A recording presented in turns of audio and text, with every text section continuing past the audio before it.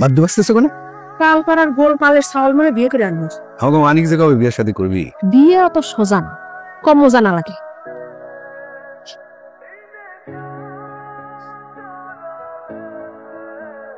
বাদা থামবে। আব্বা আমারে সালাম করি মুখখান ওপেন করে দেখাও।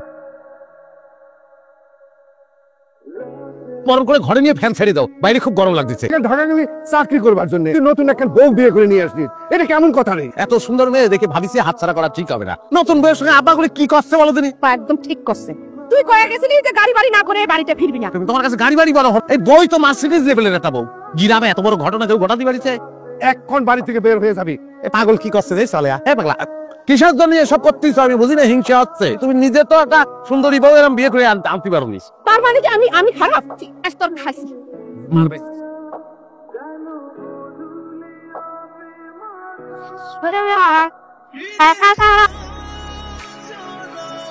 আমার কাছে আমার যাওয়া উচিত না। একটু পরে আবার ঠিক হয়ে যাবে। আমরা উঠে বসবে, দেখো উঠে বসেছে। তুই বেরো, তুই বেরো বাড়তে। তোর মতো সালের মোকামে দেখ পারছাই কি অন্যায়টা করেছি আমি? এ কথা কওয়া আর কোনো অধিকারই তোমার নেই। এ বাড়ি আমার দাদার বাড়ি। তোমরা দাঁড়িয়ে আছে কেন? এইসব ফালতু বাজনা শোনা লাগবে না, যাও। এ ভাই আপনারা যদি এনতে লড়েন আমি কিন্তু এই পোশাকে আগুন ধরায় দেবো। মরার আগে দাদি কিন্তু আমার সব বলে গেছে। আমার মা তো কি কইছে? মদাপুরের মেলা আসলেই পরে তুমি নিজেই তুমি তার যাত্রার নায়ক সাজা। তার চুল ছিল মেলা, তারপর ওই যাত্রার নায়িকার সঙ্গে বিয়ে করার অনেক চেষ্টা করেছ, পরে থাকার বলতে আমার ইচ্ছে করতেছে না, জঘন্য কথা। বিশ্বাস করো, এই সমস্যা নাই, ওটা ক্ষণিকের ব্যাপার, ঠিক হয়ে যাবে না, ঠিক হয়ে যাবে না। আব্বা আম্মা তো অনেক রাইগা আছে। ঠিক হয়ে যাবে না, তুমি একদম টেনশন করবা না। ও ভাই আমার বাজার হতে লাগবে না, আপনার চলে যান তো ভাই। আর বসে দিবি কেটা? আমার গার্জেন আছে না, আব্বার কাছে থান। দরজাটা খোলো। ও কাকা আমাদের তো অনেক জাতি হবে না, আর কতক্ষণ অপেক্ষা করা লাগবে? তোমাদের ধরে রাখিস কেন? তো আমাদের বকশিস বাজার টাকাটা দিয়ে দেন। আমি কেন টাকা দেবো? আমি কি বায়না করেছি তোমাদের? ছেলের পিতা হিসেবে তো ওইসব টাকা পয়সা আপনারই দিতে হবে। আমার সামনে থেকে সরে যাও করছি। যতক্ষণ পর্যন্ত আপনি টাকা না দিবেন এই ডোল বাসি বাজনা চলতে থাকবে। বাজাও বাজাও। সে আমাদের রাইকে ঢাকা থেকে সুন্দরী মেয়ে বিয়ে করে আনিস। বাকি ধরো।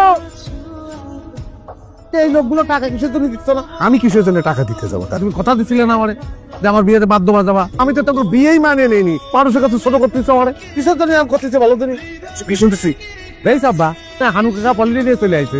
এই ব্যাপারটা আমার সাথে প্রেম করে তুমি আরেক বেটারে বিয়ে করে নিয়ে আসিস কিসের জন্য? হ্যাঁ আমার নিয়ে তো ভালো ষড়যন্ত্র হচ্ছে রে। তুই আমার বোন রে, এখন কাজে বসে নিয়ে বিয়ে করবি, তারপরেই ঘরের বিধি। এ হানু কাকা এটা কি ধরনের আদব দিচ্ছেন আপনি? আমি কোনো ঝামেলার মধ্যে নাই। হাতুড়ে সব করে দাও তো, ভালো করে দাও। এ হানু কাকা পুলিশ সঙ্গে আমার কোনো সম্পর্ক নেই। এ মানে এবারে চুপ করে বসে আছো কেন? লাইটটা নিভাই আসো। আমি বিয়ে মানিনি, আমার বউ হচ্ছে আলেয়া। কলি হলো বিয়ে মানি? বাইকে নিয়ে আসো তোমার হানু বাড়ি, ওই ডাকাতের হাতে মরে যাবো। মনে তো একটা মিথ্যাবাদীর সঙ্গে বাসর আমি কোনোদিনই করবো। মরে গেলেও তোরে বউ হিসাবে আমি মানবো না। এ বাচ্চির সঙ্গে সঙ্গে নিয়ে আমরা তোমারে মারবো কেন আমি? তোমার কিছু হয়নি তো? জালিম দুটো ফোনে গেল, তোমার ফালাই রেখে তারা চলে গেছে। সে জ্ঞান ফিরলে তারা আবার আসবে। ও তাহলে তো জ্ঞান ফেরানো যাবে না। দেখো আমি ফাইজলামি করো না। এ সব ষড়যন্ত্র হচ্ছে, আমার কোনো সম্পর্ক নেই। ও মেয়ে ভালো না বুঝেছো? চেয়ারম্যান কি আছে এখন? তো চেয়ারম্যানের তো কি দরকার? সুন্দরী একটা বউ বিয়ে করে নিয়ে আইছি, আর বিশু চকিদার একটা মোটা গোপ রাখিছে, তার জন্য সরকারের তে আপনারা ভাতার ব্যবস্থা করে দিচ্ছেন না। সেটা আমি এই যে সুন্দরী বউ বিয়ে করেছি, একটা সুন্দরী ভাতার ব্যবস্থা করে দেবেন। এর মধ্যে ছবি আছে। ঠিক আছে, তুই ফাইজলামি করো সেখানে খারে খারে আমার সাথে না। বাপ কা বেটা সিপাই কা খোরা।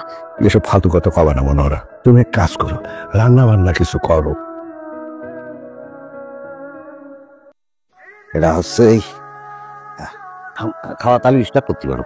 কালকে থেকে আমি রান্না বান্না করব। এই কি করছে রে? খবরদার, আগুনের তাপে এই সোনার বরণ থাকবে। সাব বাম্বারে দিয়ে আসছো? সেটা আমার ভুল হয়, সেটা সবার আগে করেছি। আচ্ছা আমি দেখে আসি খাচ্ছে কিনা। আমি না খেয়ে মরে গেলেও আমি চাউলের খাবার খাবো না। রাগ করে যে আমরা সিরামুড়ি খাইয়ে আছি, এটা কতদিন চলবে? যতদিন পর্যন্ত ওই বউ বাড়ি থেকে বিদায় না হচ্ছে। আমার চাউল তো আবার আরেক পাগলামি শুরু করেছে। ওই সুন্দরী কোটার ভাতা চাইছে। তোমার সাওয়াল যে আরো কত কি দেখাবে। কি দারুণ খাবার গো! এই খাবার এখন কে আমরা কি করি? কি যে করি, সিরেমুড়ি খাতে খাতে তো শেষ হয়ে গেলাম। এই খাবার এখন কি করবো? তুমি যখন পাচ্ছ তাহলে তাই করো।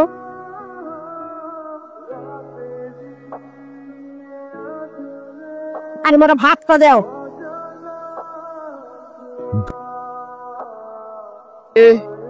ও ভাবি বসেছে ভাই? না না না না, আপনার সাথে একটা সেলফি তুলি, মানে চলেন। না মানে সুন্দর ছবি আছে আপনার তো সুন্দর লাগ একটা টিকটক করে ফেলাই আর আছে তোমাকে চাই আর আরো কথায় আছে আমি বলতে তোমার শালা তুই আমার গালে থাপ্পড় দিলি আমি তো টিকটক করতে চাইনি সে আমার জবরদস্তি করলো আপনি কি বলতেছেন এগুলো ভাই? আপনিই তো বললেন টিকটক করতে, আমি তো করতে চাই না। আপনি এরকম একটা মিথ্যা কথা কইতে পারলেন মানিশা করো। আমি মজা দেখাচ্ছি আমি এখন বিচার বসাতেছি আপনারা সবই তো শুনেছেন পলিক আশ্বাস দিয়েছে বিয়ে করবে বলে, সেটাও সে করে নাই।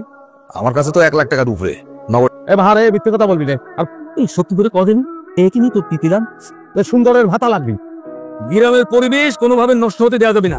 আমাদের সবার টাকা পাওয়ার ব্যবস্থা করে দেবেন ওই মেয়েটারে গ্রাম থেকে তাড়াতাড়ি সরে দেন দাঁড়া দেবে মানে আমার বউ কোথাও যাবে না। 7 দিনের মধ্যে সবার পাওনা পরিশোধ করতে হবে। পলিরে তোর বিয়ে করা লাগবে। আমি আপনার সাথে আর থাকুম না, আপনার কোনো দোষ নেই, সব দোষ আমার কপালের। আমার সৎ মায়ের কাছে বড় হই, কখনো মায়ের ভালোবাসা পাই নাই, সারাক্ষণ আমার নির্যাতন করতো। আমি এই জীবন আর রাখতে চাই নাই, কিন্তু সেই দিন পরিচয় হয় এই মানুষটার সাথে। আমার মরার হাত থেকে বাঁচায় নিয়ে আসে, একটু বাঁচার জন্য ওনার হাতটা ধরছিলাম। এত সমস্যা, এত দেনা,